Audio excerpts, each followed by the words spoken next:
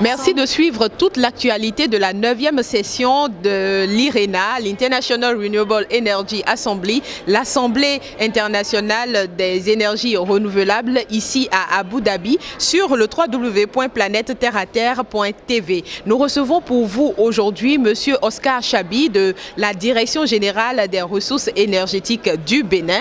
Il est avec nous pour nous parler de la participation du Bénin à cette 9e session. Merci Monsieur Chabi d'être avec nous. Merci à vous de m'inviter et me donner l'occasion de m'exprimer par rapport à cette Assemblée générale. Alors, le Bénin est l'un des pays membres de l'IRENA, l'un des pays membres fondateurs de l'IRENA. Combien de fois déjà est-ce que le Bénin participe à cette Assemblée, puisqu'on en est à la 9e session? Oui, c'est vrai, nous avons été un peu absents de ces assemblées générales-là, mais ça fait la deuxième fois que le Bénin y participe.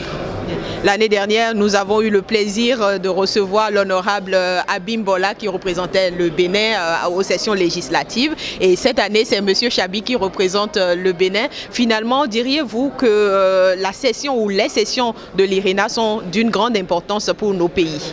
Exactement, ces sessions sont d'une très grande importance parce qu'elles nous permettent de partager nos expériences et de connaître ce que tous les autres pays et États membres de l'IRENA font en matière de l'énergie renouvelable. Le Bénin est un pays francophone et il faut dire qu'il y a souvent ce problème lié à la barrière de la langue. Et aujourd'hui, pour cette 9e session, une particularité a été faite qui est plutôt une opportunité pour les pays francophones grâce à l'Institut de la francophonie pour le développement durable, l'IFDD, qui offre une nouvelle plateforme. Comment est-ce que vous saisissez cette opportunité pour le Bénin? J'estime que c'est vraiment une très belle initiative de l'IFDD parce qu'elle permet de franchir la barrière linguistique et de pouvoir permettre aux pays francophones de jouir de toutes les opportunités que l'IRENA offre en matière de facilité dans le domaine des énergies renouvelables. Alors, par rapport à la concertation qui a eu lieu le 10 janvier passé, dites-nous un petit peu d'ailleurs où est-ce que le Bénin en est en matière de gestion, de transition par rapport à l'énergie propre.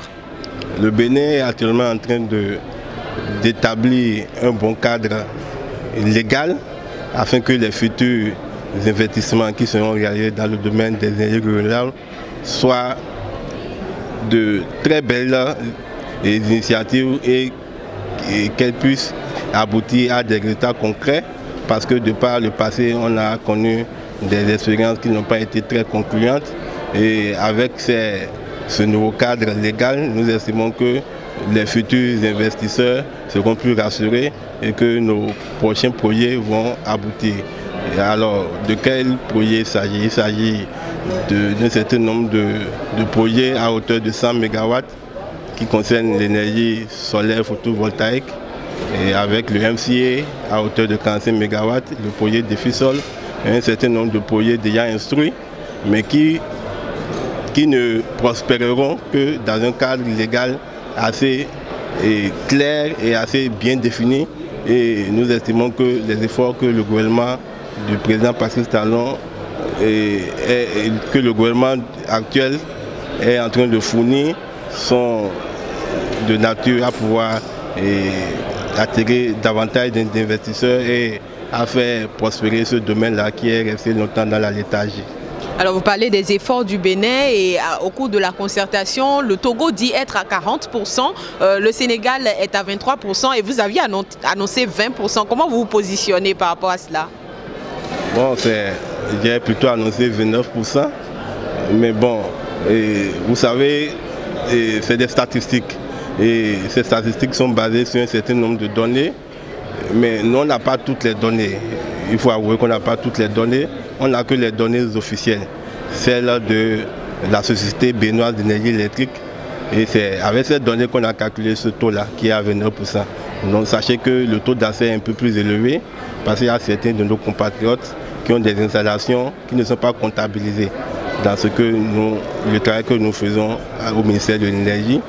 Il y a aussi un certain nombre de projets qui, de façon indépendante, supportent nos populations, mais ces informations ne remontent pas à la direction générale de l'énergie. Donc si, en clair, si on doit tenir compte du taux d'accès ou bien de ce qu'on appelle le taux de couverture, il est beaucoup plus élevé que 29%. L'État ne peut pas réussir tous ces projets sans la franche collaboration du secteur privé. C'est d'ailleurs pour ça que la loi qui définit le cadre juridique du partenariat public-privé a été promulguée par le chef de l'État. Et nous tendons la main à tous nos partenaires, qu'ils soient surtout financiers que techniques, pour pouvoir venir nous aider à pouvoir relever ce défi. Alors ici à l'IRENA, il y a le fonds d'Abu Dhabi pour le développement durable qui aide beaucoup les pays en développement à pouvoir amorcer cette transition énergétique tant attendue. Et on apprend dans les coulisses que le Bénin aurait pu avoir le premier prix.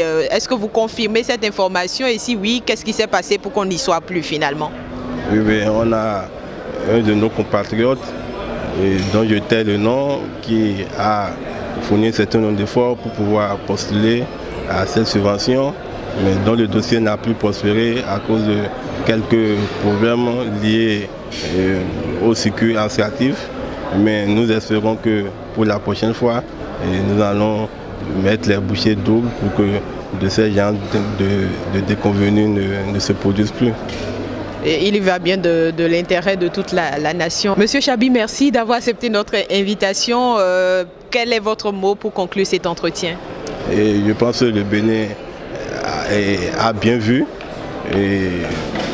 C'était une très belle initiative de participer à cette Assemblée générale.